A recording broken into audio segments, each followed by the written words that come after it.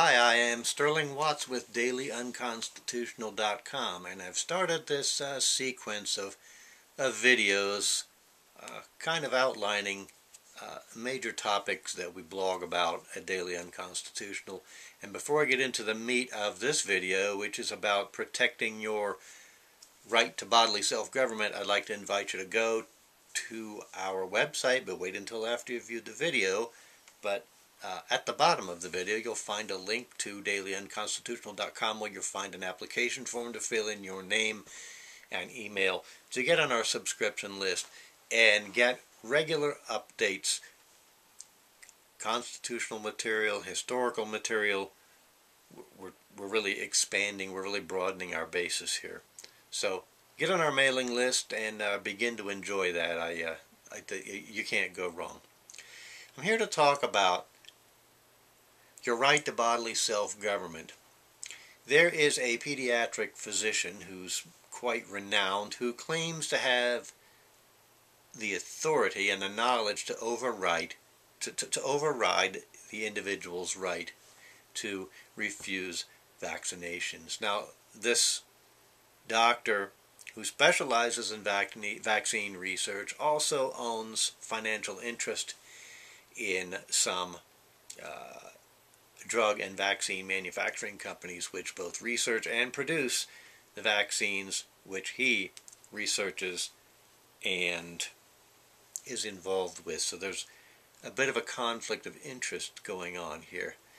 Dr. Paul Offit is a prominent pediatric doctor, and you can read about him on his own website. There's also a link to get some information to him through the post. But here's the kicker.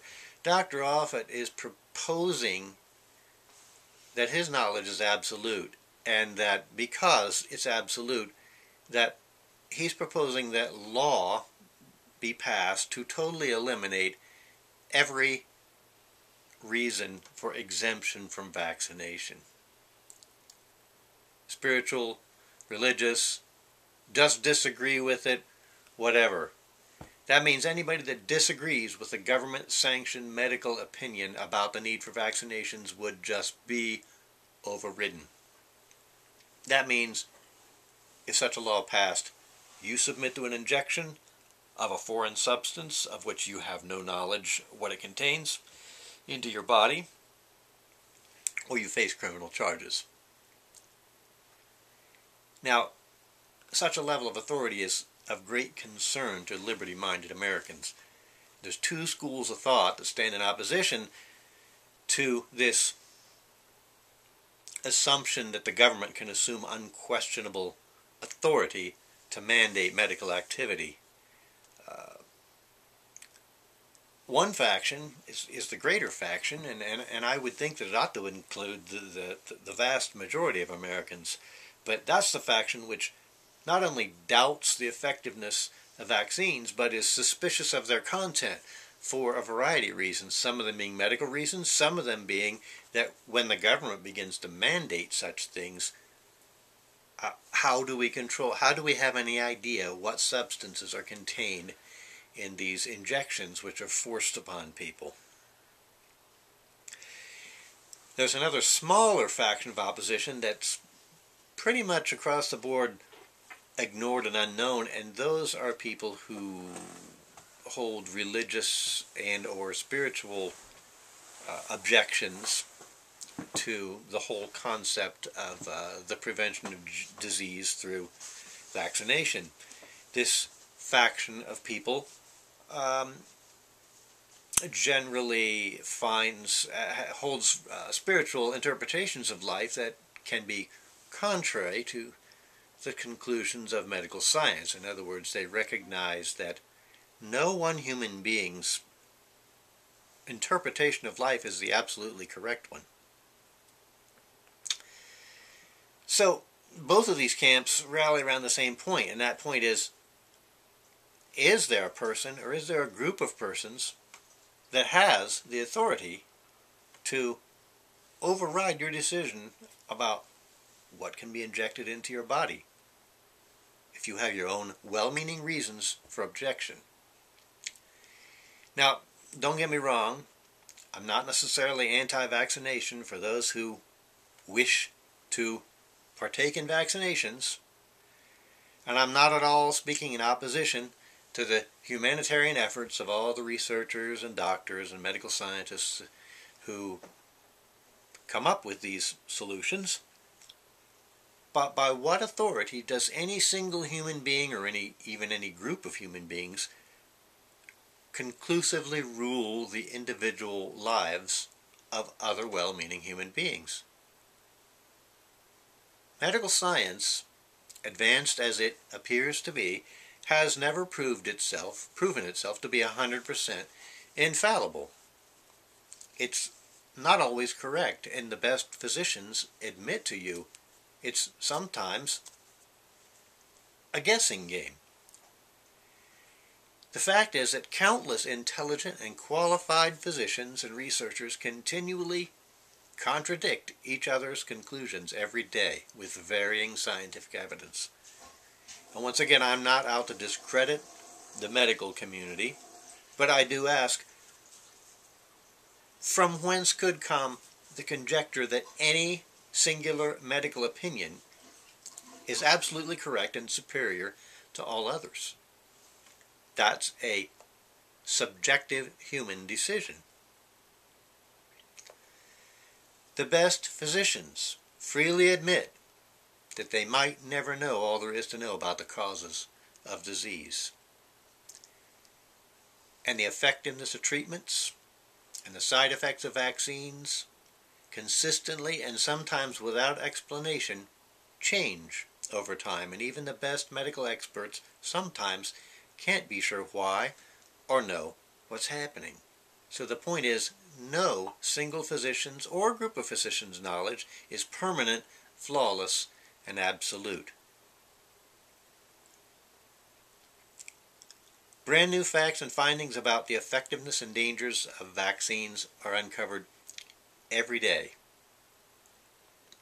And medical opinion is not comprised of absolute knowledge. It doesn't have absolute authority over anyone or anything, but we, the public, are trained to subconsciously accept that it is and does.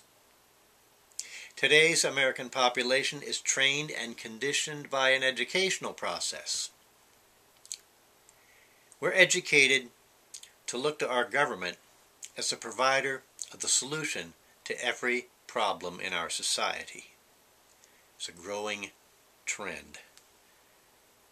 And as a result, individual rights and personal liberty are too often exchanged for the illusion of the government's provision of some kind of protection. Now, in the medical field, the Center for Disease Control, the CDC, has come to be looked upon by the public as able to provide us with infallible direction. And that perception is a purely politically driven illusion. The fact is, the CDC, like any other group of human beings, is a group of human beings.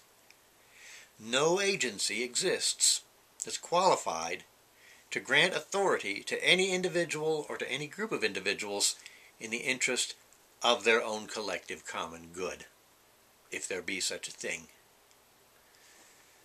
Now, Dr. Paul Offit wields a lot of political influence in the medical world, and he presently is demanding that everyone be forced into receiving the vaccines that he recommends and profits from.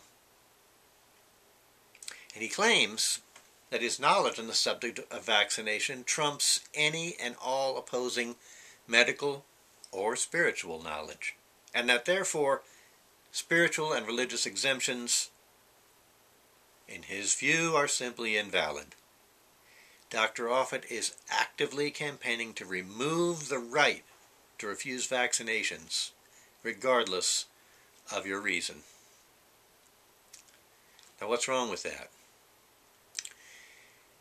The Constitution of the United States recounts the inalienable rights granted by God to men. Our rights are not granted by the decisions of other human beings, and they're not granted by a document called the Constitution. Our rights are an inherent part of our being. The Constitution simply enumerates them. Now, I've said this in other videos, some readers might profess atheism, so I'll state it another way. If you want to leave God out of the picture, it's pretty hard to deny that you, as an individual, are in charge of yourself and you are in charge of your own body.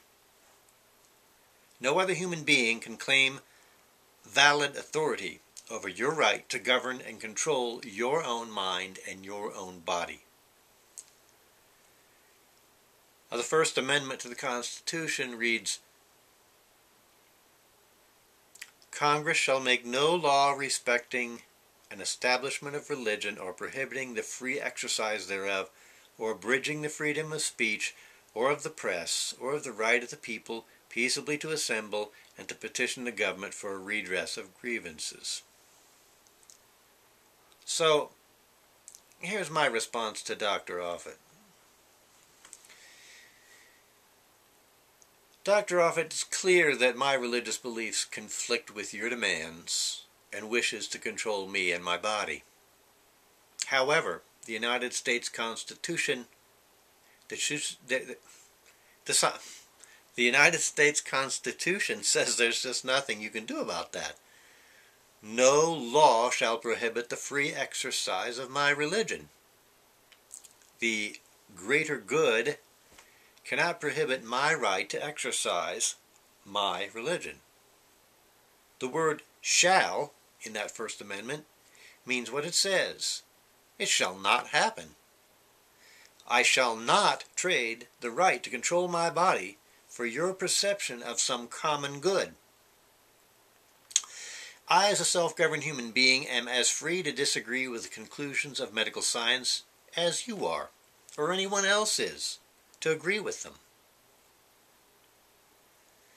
There is simply no authority outside of myself that can outrank the authority that I possess to govern myself, and that every other American possesses to govern themselves. And I believe that I speak for every American by virtue of the First Amendment, which can be found in the Bill of Rights as an addendum to the United States Constitution.